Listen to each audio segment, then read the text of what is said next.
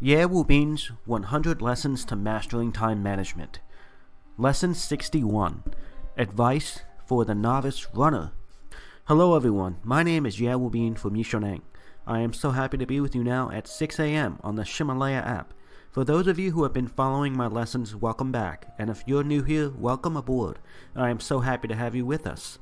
Time is man's scarcest resource. Once it's used, it can never be regained. So if you're not using your time effectively, or if the time you are spending is only getting you further away from your dreams in life, then stay with me, listen a while, and I'm confident I can help open your eyes to a new path that will get you closer to your dreams.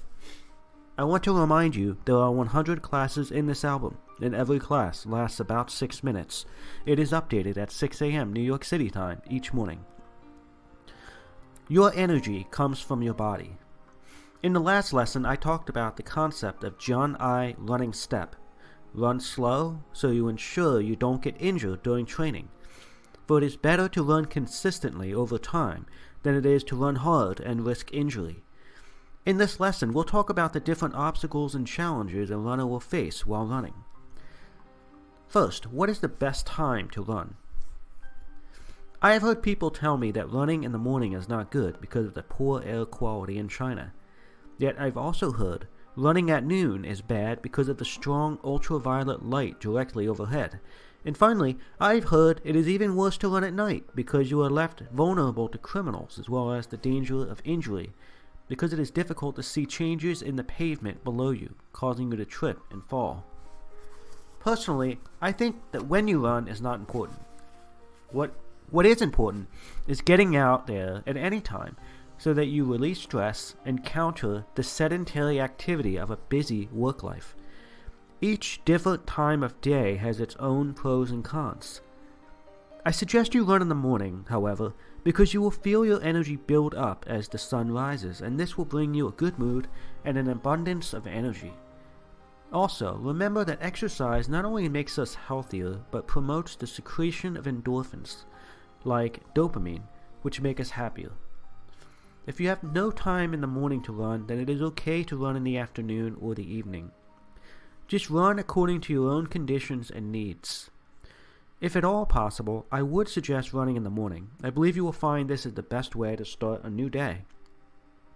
If you have already created the habit of exercising consistently, then I recommend you run 3 to 4 times every week. However, if you have not yet created a running or exercise habit, I recommend exercising consistently at a fixed time each day and continue this until your habit is formed. The second problem I'm usually asked is how I can run so that I lose or even gain weight. First, make sure you jog slowly using the long, slow distance method, which will train your endurance. This will ensure that your heart rate doesn't get too high. When your heart rate gets too high, it only takes a few seconds before you must stop, or else you would fall unconscious. I often see runners faint, and the reason they have allowed their heart rate to rise too high. However, the opposite can be a problem too. If we allow our heart rate to be too relaxed or slow, then we will not burn energy and achieve the sole function of exercise, which is to burn energy. That is why I said that a warm-up before running is really unnecessary. Run slowly for the first 1 kilometer, which is the best form of warm-up, and then speed up when you reach the 2nd or 3rd kilometer. If you want to build muscles and gain some weight, particularly in the lower body, then run just a little faster.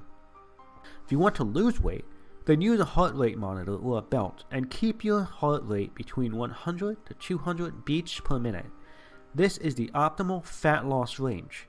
It should feel like you are running relatively slowly. If your heart beats more than that, then you will be burning carbohydrates rather than fat. If you're interested in buying a heart rate monitor, I suggest you buy the ALA monitor, and you can download the ALA Coach app, which goes with it. This and many other heart rate monitors are on sale everywhere for about 200 RMB or $30 US. It has a detailed operating manual and it is convenient to use. The third problem people ask me about is, can you listen to music when running? Well, I recommend not listening to music and instead putting your heart and soul into running. Use that time instead to practice introspection. Well, get out there and start running. Best of luck to you. These audio lessons are translated by Neng's partner Cece and then recorded by her husband Justin. I wish you great success today. See you tomorrow.